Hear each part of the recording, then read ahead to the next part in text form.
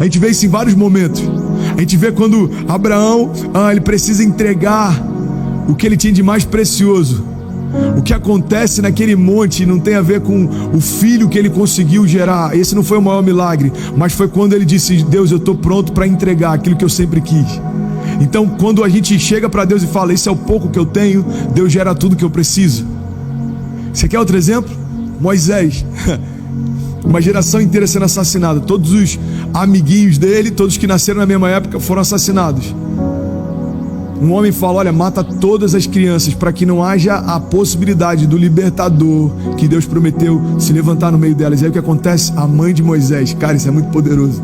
A mãe de Moisés pega ele e coloca num cesto. E até hoje se chama Moisés por isso. Coloca num cesto, lança sobre as águas. Cara, isso é muito poderoso. Acompanha isso. A mãe de Moisés pega uma criança imatura, ainda em formação, não falava, não andava, não sabia nada, não tinha conhecimento das promessas, não tinha conhecimento da palavra. Ou seja, ela entrega dizendo: Deus, esse é o pouco que eu tenho, eu coloco nas tuas mãos. Sabe o que acontece? Tempos depois ele volta. E ele volta como libertador para trazer libertação sobre o povo. É Deus ensinando pra gente: aquilo que você coloca nas minhas mãos, mesmo que hoje seja pouco, vai voltar no tempo certo para trazer o que você precisa. Apenas confia, entrega, descansa. Um bebê imaturo colocado sobre as águas volta com maturidade para libertar o povo e trazer as promessas que Deus fez para o povo. Deus está dizendo: ei, me entrega o pouco que você tem.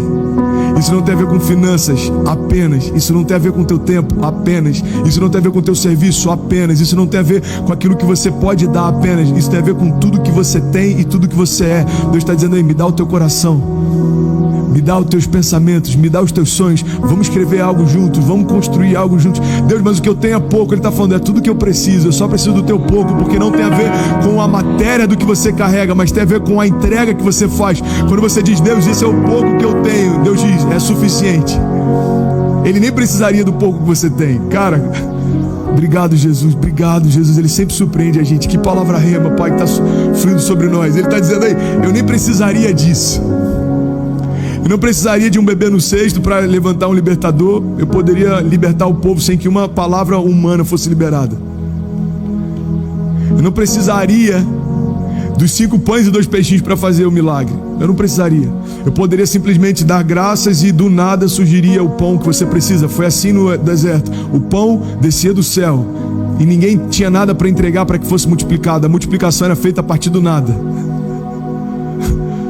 Já parou para pensar nisso? O pão que desce do céu, multiplicado a partir do nada. Não havia matéria-prima.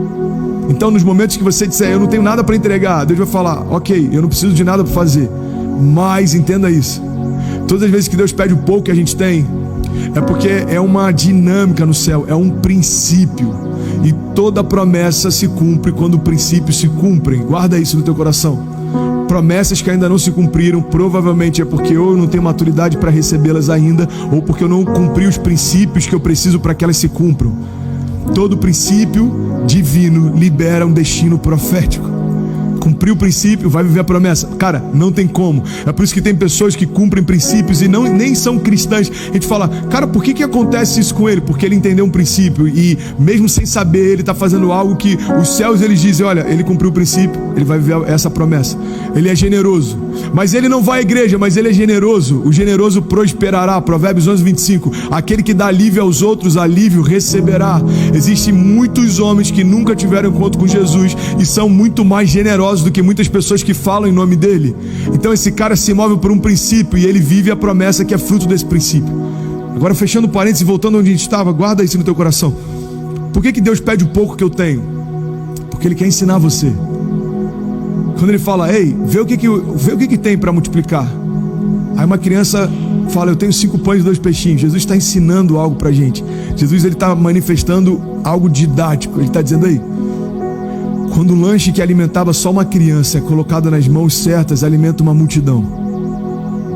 Quando a provisão que era o lanche, a merenda de uma criança é colocada nas mãos certas, ela vai alimentar uma multidão. E ainda tem mais. Os discípulos estão dizendo: a gente não tem dinheiro para comprar o que seria preciso para toda essa multidão. A gente não tem como ir tão longe e comprar tudo que precisa. A gente não teria como transportar tudo que precisa. Sabe, A didática de Jesus é incrível. Ele pega o pouco e transforma em muito. Ele pega o pouco de alguém que ninguém esperava nada e alimenta toda a multidão a partir disso. Aquela criança era uma improvável diante de todo mundo que estava ali. E ele ensina algo para os discípulos. Eu creio que ele quer ensinar algo para a gente também. A Bíblia diz que sobrou tanto pão que 12 cestos foram cheios. É como se ele falasse para os... E ele ainda foi específico. Recolham tudo que sobrou, coloquem em cestos para a gente levar. Não há desperdício naquilo que Deus faz. Ele está dizendo, não trata como banal aquilo que é sobrenatural. Tenha zelo com aquilo que eu faço. Tenha zelo com aquilo que eu te dou. Tenha zelo com aquilo que eu te entrego. Tenha zelo com aquilo que eu multiplico. Ei, não desperdice o que eu estou derramando. O azeite derramado não é para desperdiçar. A unção que foi confiada não é para desperdiçar. Os milagres que os seus olhos viram não é para você se esquecer. Os testemunhos que essa casa estão vivendo não é para você guardar para você. Deus está dizendo, não torna banal aquilo que é sobrenatural. Sabe outra didática? Ele está dizendo para os discípulos, cada um vai levar um cesto. Cara, isso é muito louco. Por que eles vão levar o cesto? Porque eu fico imaginando no caminho de casa, enquanto eles carregavam o peso dos pães, eles estão dizendo, cara, eu preciso reconhecer, é só uma palavra dele, tudo muda. Eu preciso reconhecer, esses textos estavam vazios, mas uma palavra dele preencheu todos eles. É como se Deus estivesse ensinando no caminho. Enquanto eles carregam, eles vão lembrando, cara, que loucura, esses textos estavam vazios, e uma palavra de Deus. Para que isso? Para no momento em que os textos estiverem vazios de novo e Jesus não estivesse mais com eles, se houvesse necessidade, eles iam lembrar, peraí, eu só preciso de um cesto vazio, porque aquilo que está vazio aos meus olhos vai ser preenchido aos olhos de Deus. Foi assim o primeiro milagre de Jesus. Jesus está numa festa, acaba o vinho. O primeiro milagre de Jesus acontece na multiplicação de vinho. Mas existe um porquê. Naquela época o vinho significava a alegria da festa. O vinho significava a alegria. Então se faltava vinho, representava a ausência de alegria, representava a ausência de graça, de favor diante daquela família. Então um casamento era celebrado por dias. Eles chamavam todo mundo que eles conheciam, eles chamavam a comunidade, todo mundo celebrava junto. Então o vinho dizia, olha, existe alegria, nós estamos celebrando. É por isso que Maria insiste. Provavelmente eles conheciam aquela família. Eu não consigo imaginar Jesus entrando de penetra numa festa de casamento. Você está comigo? Eu não consigo Jesus falando, e aí, qual que vai ser a boa de hoje? E alguém fala, cara, tem uma festa de casamento. Vamos lá.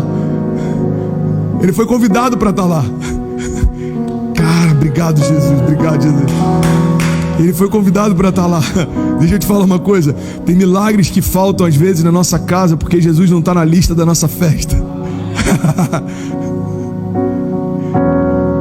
Jesus, eu preciso de um milagre no meu casamento. A pergunta é, você colocou o nome de Jesus na lista da festa? Jesus estava lá. O milagre aconteceu porque Jesus estava lá. O vinho acabou e Jesus resolveu porque ele estava lá. O milagre era necessário e ele aconteceu porque ele estava lá. A segurança que você precisa é só a convicção de que Jesus está onde você precisa. Preciso de um milagre na minha casa. A pergunta é, você já deixou Jesus tomar o lugar da tua casa? Preciso de um milagre na minha empresa. Aí, você já convidou Jesus para dentro da tua empresa? Talvez você nunca orou dentro da tua empresa. Eu não estou falando para você fazer algo religioso. A partir de hoje é obrigatório a oração antes. Não. Deixa as pessoas perceberem que você trouxe Jesus para aquele lugar. E elas vão ver que Jesus é quem fez o vinho multiplicar quando a alegria estava acabando na festa. Jesus só fez milagre naquela festa porque colocaram o nome dele na lista. Isso é muito poderoso. E aí sabe o que acontece? Fechando esse parênteses e voltando, acaba o vinho. Maria, ela insiste com Jesus. Eu creio que esse é um princípio. Eles foram convidados para estar lá. Eu tenho plena convicção disso. Então a preocupação de Maria vai muito além de um elemento no buffet. Maria não estava preocupada com, tipo, cara, acabou esse tipo de comida. Tinham outros tipos. Mas o simbolismo do vinho era muito específico. É como se Maria dissesse, ei filho, a gente conhece essa família.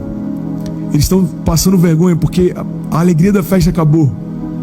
Então na verdade o que Jesus fez foi salvar a festa. Jesus saved the party.